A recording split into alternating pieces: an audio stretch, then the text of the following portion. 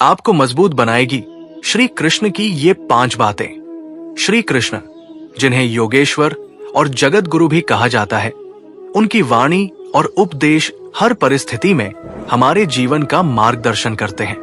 महाभारत के युद्ध के दौरान दिए गए उनके उपदेशों में ऐसा ज्ञान छुपा हुआ है जो हमें हर स्थिति में मजबूत बना सकता है। श्री कृष्ण की शिक्षा केवल धर्म और अध्यात्म तक सीमित नहीं है, बल्कि ये हमारे जीवन के हर क्षेत्र में प्रेरणा का स्रोत बन सकती है। उनके 5 प्रमुख उपदेश, जिन्हें समझकर अपनाने से आप हर कठिनाई का सामना कर सकते हैं, यहां प्रस्तुत है। पहली बात, अपने कर्म पर ध्यान दो, फल की चिंता मत करो।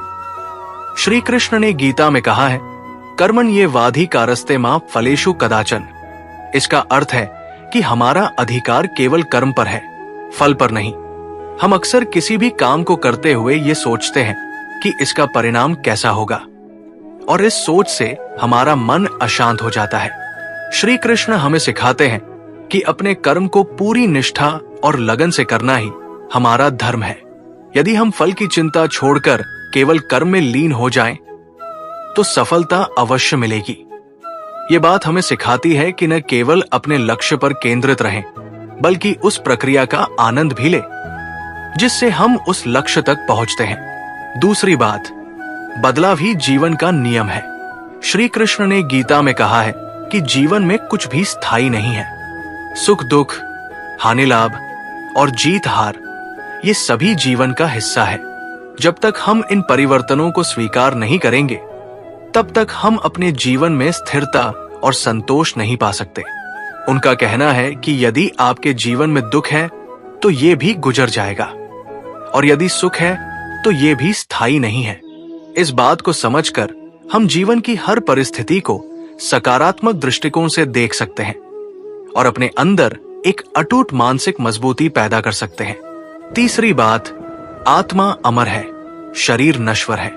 गीता में श्री कृष्ण ने अर्जुन को समझाया कि आत्मा अजरमर है, केवल शरीर विनाशशील है। न जायते म्रियते व कदाचिन। इसका अर्थ यह है कि मृत्यु के डर से कभी भी अपने कर्तव्यों से पीछे नहीं हटना चाहिए। जब हम इस सत्य को स्वीकार करते हैं कि आत्मा कभी मरती नहीं, तो हमें किसी भी प्रकार की असफलता, दुख या भय से मुक्ति मिल जाती है। ये शिक्षा हमें हर परिस्थिति में मजबूत बनाती है और जीवन को गहराई से समझने में मदद करती है। चौथी बात, सच्चा मित्र वही है जो कठिन समय में साथ दे। श्री कृष्ण ने अपने जीवन में सच्ची मित्रता का सबसे उत्कृष्ट उदाहरण प्रस्तुत किया। उन्होंने सुदामा जैसे मित्र की मदद करने के लिए राजसी वैभव को भी त्याग दिया। उनका कहना था कि सच्चा मित्र वही है जो न केवल आपके सुख में, बल्कि आपके दुख में भी आपका साथ दे।